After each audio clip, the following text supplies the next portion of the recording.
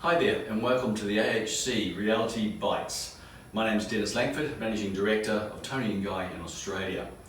I've been asked to give a little bit of a talk and some insight into one of the most important skills of a hairdresser, and that is not the ability to cut or colour, but more the ability to communicate effectively in a way that we can influence people, no matter who we come in contact with, but influence them to buy into the suggestions that we have. Now, as a hairdresser, we have a good skill set right the way through. We learn how to cut, we learn how to colour, we learn how to do permanent waves, give advice, extensions, all sorts of things there. But the single most important requisite of a hairdresser is the skill of communication, which is our ability to be able to connect with somebody, have empathy for somebody, and help them arrive at the decisions in order that will allow them to buy things from us within the salon. See, ideally for hairdressers, it's about communicating with people on an ongoing basis, making sure that they buy into the things that we're suggesting and talking to them about, and get them across the line to have great looking hair all the time, but to take all the advice that comes along with that. Now, just taking out an excerpt of part of one of my presentations is about communication. Somebody once said to me, and that man was Anthony Robbins. I went on one of his seminars and had a chat to him. I even got to cut his hair at one stage when he was here in Australia. And Anthony said to me, the definition of communication is the response you get back. As simple as that. The response you get back.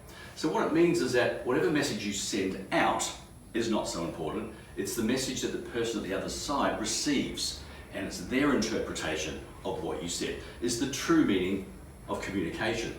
So it's interesting, I pondered that for a while, and it makes a lot of sense. It's not our intention of what we're supposed to get across, but it's just how the other person perceives that. So if we're to look at communication as a whole, now let's imagine communication as a circle, let's say, and that represents 100% of our total way of communicating to another person. That 100% gets split up into three triangle sections, if you like. One part of it is the words that we say. Another part of it is how those words sound while we're saying them. And the third part, and the biggest by far, is what we look like when we're saying those words. Now, this is quite interesting. What that says is that if a big chunk of our communication, my communication with somebody, is about what I look like while I'm saying those words, that almost means that the words are not relevant. Well, it's not quite the case. The words are still very relevant. But what I'm getting at here is, go back to that 100%. The words that we say, which is our knowledge, makes up just 7% of our total communication. The way we say those words, now that's the sound, the volume that goes with that, our accent, makes up 38% of the 100%. And that last big chunk, which is 55%, is based on something called physiology. And physiology is all the things that we see. See, as a human being, we have 5 traditional senses. That is sight, touch, taste, hearing, and smell. And 2 of those are way more important than all the rest. The 2 key ones there, these are receptors of information for us as a human being. But those 2 key ones there is sight and hearing, because they will transverse across distance. So we can see things and gain a lot of information. We can hear things and gain a lot of information. But taste, touch, and smell are a lot more in our proximity. So they register information, but not nearly as much as sight and hearing. So that's why we see that physiology making up 55% of communication from one person to another, from a hairdressing salon to a potential client. No matter who it is that we're talking to, all gets measured exactly the same way. So it's really important that we understand this, because communication, what it's about is influencing. Think about this for a moment. We've got to influence people and take them on a journey in order for us to influence them to buy things from us.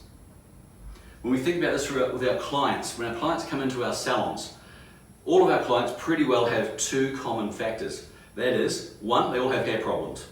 Otherwise they wouldn't be coming to us. And 2, is they all buy product. Most people. So everybody that's coming in has those same 2 common denominators.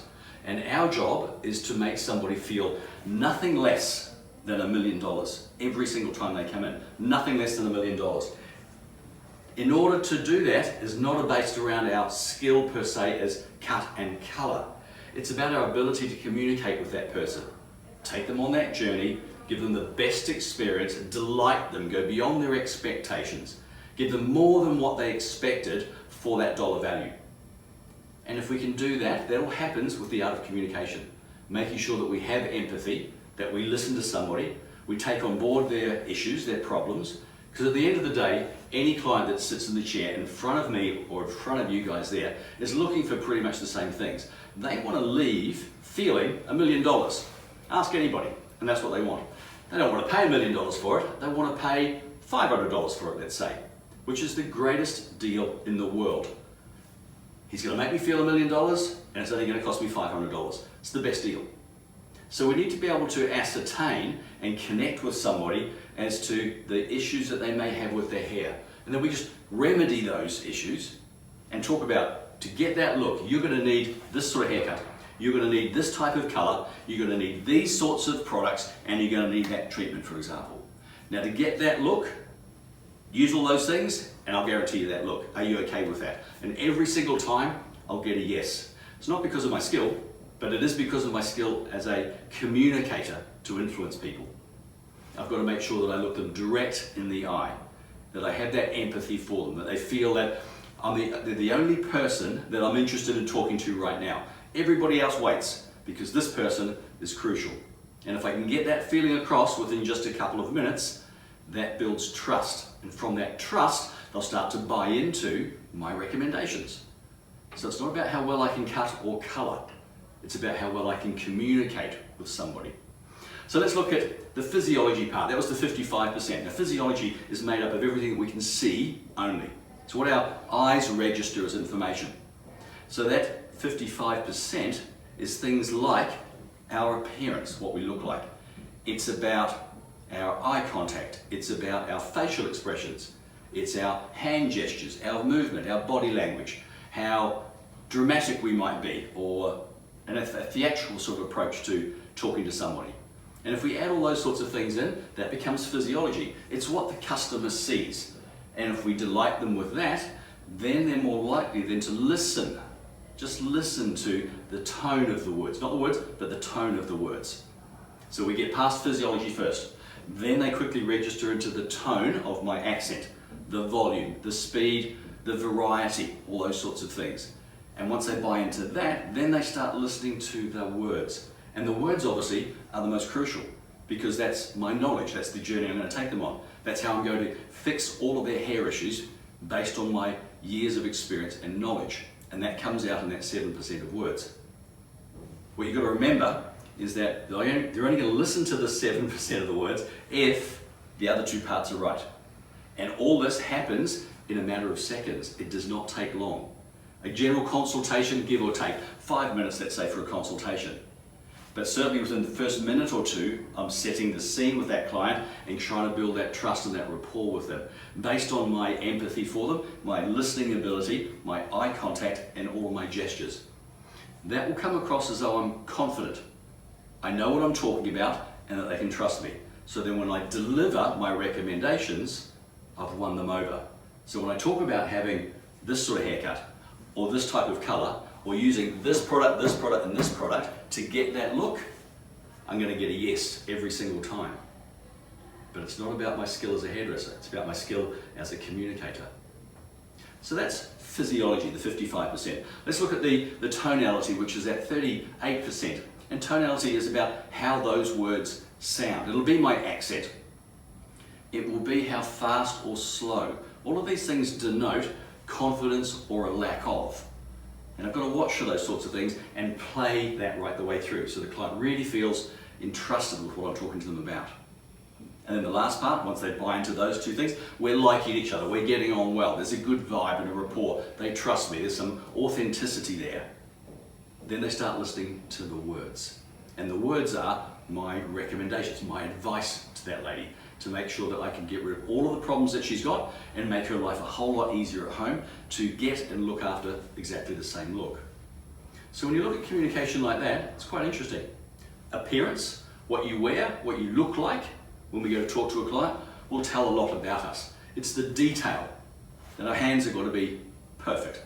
If you're wearing nail polish, it's perfect, it's not chipped. Your hair, if you have it, it's got to be looking fantastic. All the way down to your shoes, that they are not scuffed or old. They all look brand new. Now that's presentation.